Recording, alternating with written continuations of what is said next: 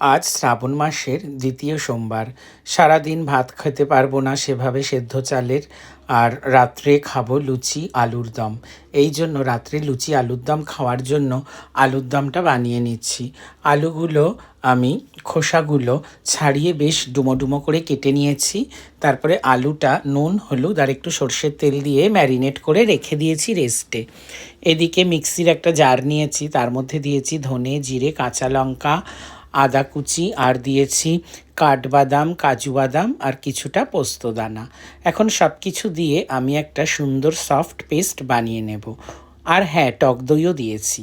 সব কিছু মিশিয়ে আমি পেস্ট এদিকে তৈরি করে নিয়েছি। আর এদিকে এখন কড়াই বসিয়েছি, কড়াই গরম হয়ে গেলে সর্ষের তেল দিয়েছি।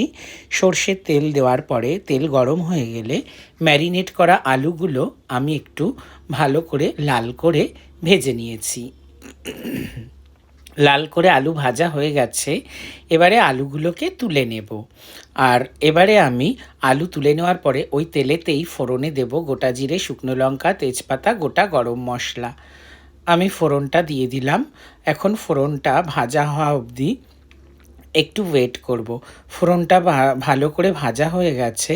এখন আমি ফোড়নের মধ্যে খুন্তি দিয়ে একটু ভালোভাবে মিশিয়ে নেড়ে চেড়ে নিলাম।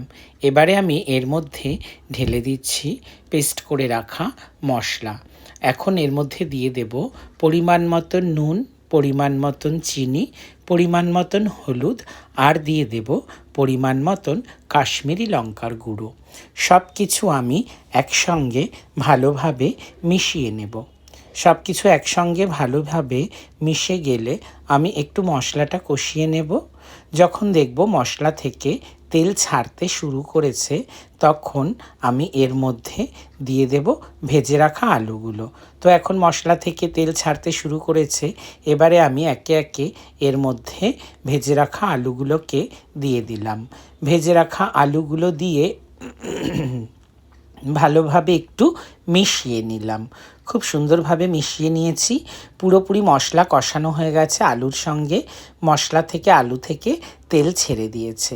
এবারে আমি এর মধ্যে দিয়ে দেব গরম জল। গরম জল দিয়ে আমি এটাকে ফুটতে দেব। খুব সুন্দরভাবে দেখো কি সুন্দর একটা রং এসেছে, আর মশলা থেকে কি সুন্দরভাবে তেল ছেড়ে দিয়েছে। দেখেই খুব ভালো লাগছে, তখনই লোভ লাগছিল কখন খাবো। তো গরম জল দিয়ে দিলাম। গরম জল দিয়ে এবারে আমি ঢাকা দিয়ে দিলাম। আর গ্যাসটা সিম করে আমি বেশ 20 মিনিট মতন এটাকে রান্না করে নিয়েছি। 20 মিনিট পরে ঢাকনা সরিয়ে দেখছি ঝোল অনেকটাই কমে এসেছে।